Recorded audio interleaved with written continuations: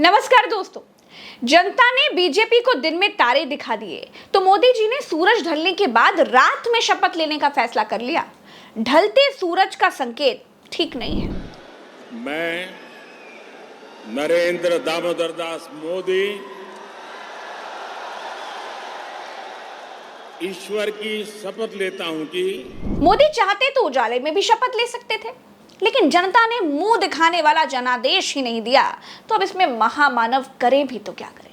सूर्यास्त के बाद जब भारत के लोग भारत पाकिस्तान मैच में बिजी थे तो मोदी जी ने शपथ ले ली। मुझे कोई ऐसी इमरजेंसी याद नहीं आती कि हमने देखा हो कि रात को किसी इतने महत्वपूर्ण मंत्रालय और वो भी खासकर प्रधानमंत्री की शपथ ऐसे रात में हो।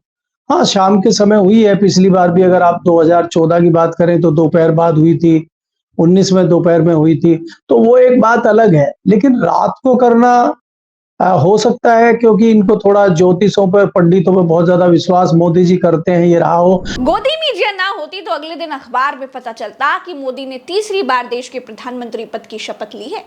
एक अकेला के नाम से मनमानी करने वाली सरकार की नाक में नकेल डालने के लिए देश की जनता का बहुत बहुत धन्यवाद।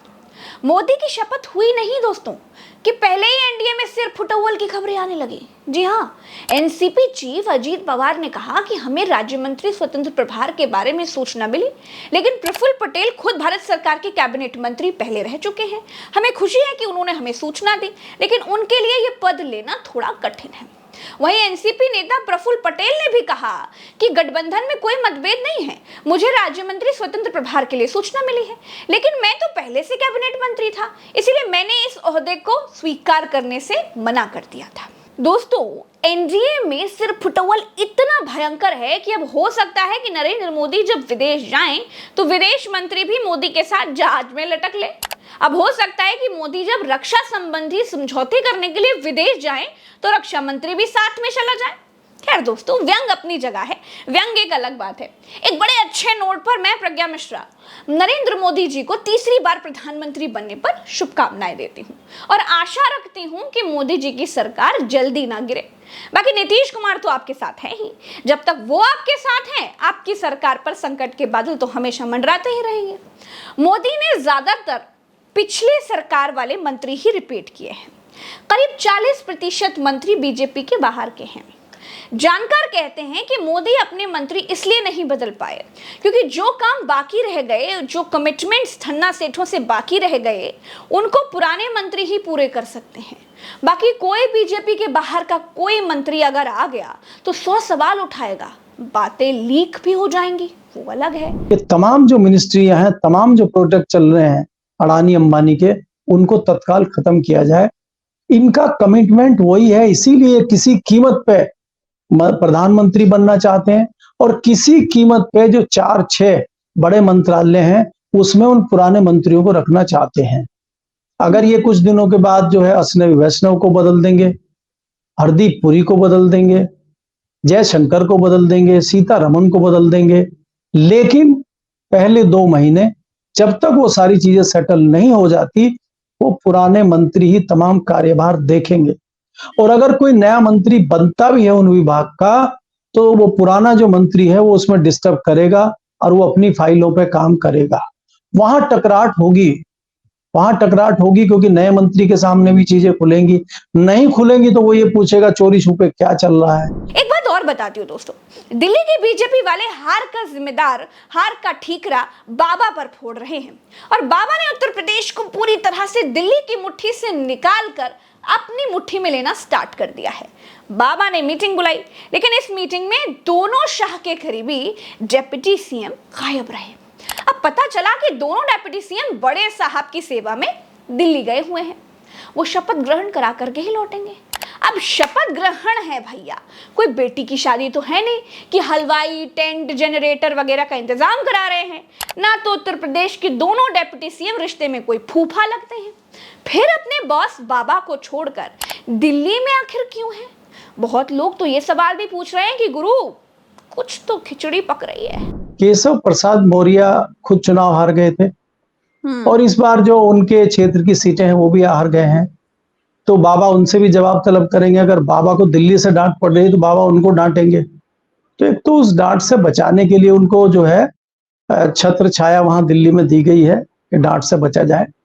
दूसरे वाले जो हैं उनका भी कोई बहुत बढ़िया आचरण या बहुत बढ़िया रिजल्ट उत्तर प्रदेश में नहीं रहा, और वो दोनों की रिपोर्टिंग जो है बाबा को कभी रही नहीं है। उनकी रिपोर्टिंग दिल्ली में है और वो थोपे हुए उप मुख्यमंत्री हैं, तो वो सवाल जवाब होना जरूरी है और कहीं मीटिंग में हो हल्ला ना हो जाए।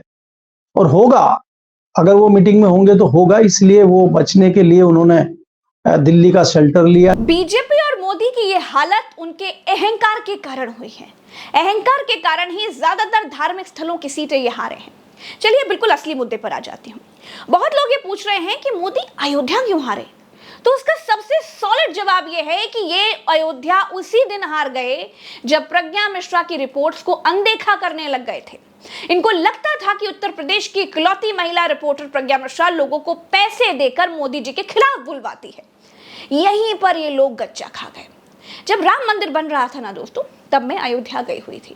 करीब 17 रिपोर्ट्स फाइल की मैंने बताया था कि लोग बहुत दुखी हैं, भाजपा से भयंकर नाराजगी है, लेकिन मोदी जी, शाह जी और बाकी के जीजीओं ने मुझे शिकायत करने वाली पत्रकार समझकर खारिज कर दिया। आपकी कुछ गड़बड़ है।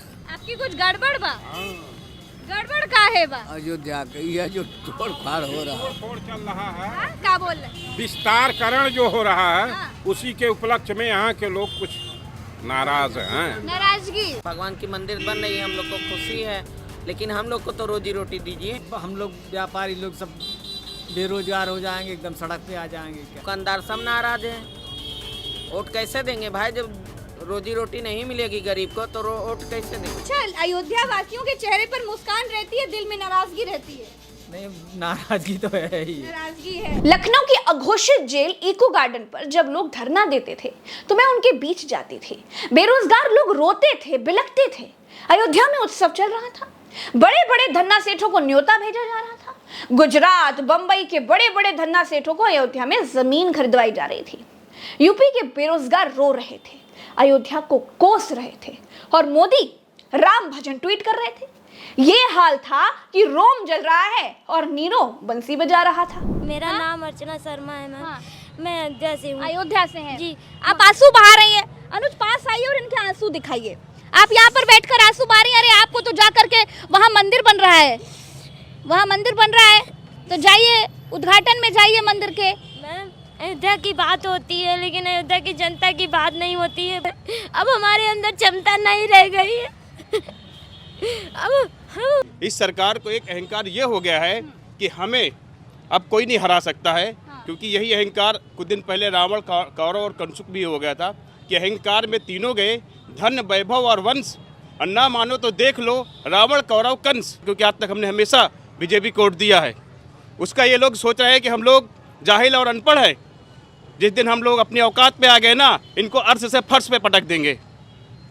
तो हम आज इसी मंच से ऐलान करते हैं कि हम 2024 के इलेक्शन में इनके लिए ताबूत न खड़ी कर दें तो हमें बताएंगे ये। चुनाव से ठीक पहले अकबर नगर गिराया जाने लगा। सरकार घर तोड़कर राम मंदिर का गाना गा रही थी। आम आदमी का अपना घर टूट जाएगा दोस्तों, तो वो कैसे राम मंदिर का उत्सव मनाएगा?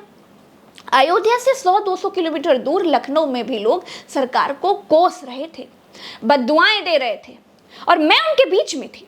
लोगों के घर ना टूटे इसका प्रयास कर रही थी, पुलिस से लड़ रही थी, लेकिन सरकार ने हल्के में ले लिया। 55-60 साल हो गए हम लोग, और बिटिया ये जब से सरकार आई है तब से ये नाश कर रही है। हम लोग कितने मेरे पति हमें उड़ देके अपने साथ हुआ है। उनके कितने साल से रह रहे हैं आप लोग? हम लोग कम से कम 40 साल से रह रहे हैं। मुख्यमंत्री योगी आदित्यनाथ जी को हमने इसी दिन के लिए मुख्यमंत्री बनाया था कि हमारे बच्चों की जो है छत वो छीन ले। क्या बोल रहे हैं आप लोगों से? क्यों हटा रहे हैं आप लोगों को? कह रहे रिवर फ्रंट बनाएंगे। तो एक रिवर फ्रंट बनाने के लिए आप लोग को बेघर किया जा रहा है, लेकिन उसके बाद कोई घर दिया जा रहा है? कुछ नहीं, मुआवजा कुछ भी नहीं पूछो मुझसे, कुछ नहीं पूछो। टूट रहा घर, क्या बोल रहे हो? घर टूट रहा है। घर गिरा रहे हैं। अब कह रहे हैं सामान निकालो, हम लोग सामान कहाँ लेके जाएं, कहाँ लेके सामान चले जाएं बताएं। पहले शांत हो जाओ बेटा, शांत हो जाओ, शांत हो जाओ। दिमाग काम नहीं करा रहे असल बापों भाइयों, कुछ तो समझो। चलिए चलिए, बहुत देर हो गई। अरे मैं यहाँ खड़ी हूँ, आप ये क्या कर रही हैं? आप मुझे धक्का क्यों दे रही हैं भाई? देख, उनको गरीब और गरीबी से दोनों से नफरत है। हम तो यही कह रहे हैं, उनको सबसे ज्यादा नफरत गरीब से है। दोस्तों, अयोध्या ऐसे ही नहीं हारे हैं। अयोध्या को बीजेपी के अहंकार ने हराया है। ये बात ठीक है कि सरकार किसी की भी हो जाए, जब एक बार बन जाती है तो अहंकारी हो ही जाती है। जो सांसद कल तक गली गली वोट मांगते थे, आज वोटर फोन करेगा तो वो फोन नहीं उठाएगा। ये भारत के नेताओं का चरित्र ही है। लेकिन बीजेपी अहंकार से ना बहुत आगे बढ़ चुकी थी।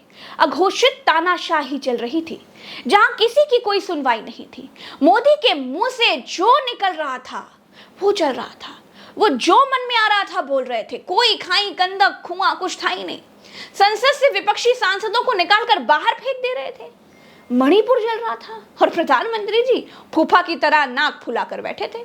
ऐसा लग रहा था जैसे मणिपुर तो श्रीलंका का हिस्सा हो गया। सिर्फ राम राम राम राम ही हो रहा था। बीजेपी ये बता रही थी कि हम राम को लाए हैं। लोगों ने कहा कि तुम राम को कहां लाए हो? कोर्ट ने मंदिर बनवाया है।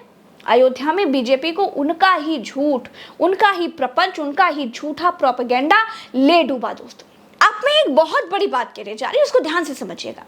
मोदी अगर अयोध्या में क्रेडिट लूटने की होड़ न मचाते, योगी आदित्यनाथ को ही हैंडल करने देते, तो शायद इतनी बुरी हार ना होती।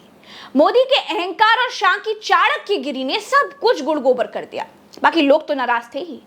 सपा की सीटें बढ़ना बीजेपी के खिलाफ गुस्सा है और लोगों ने संविधान को बचाया है। अभी के लिए इतना ही, दीजिए इजाजत।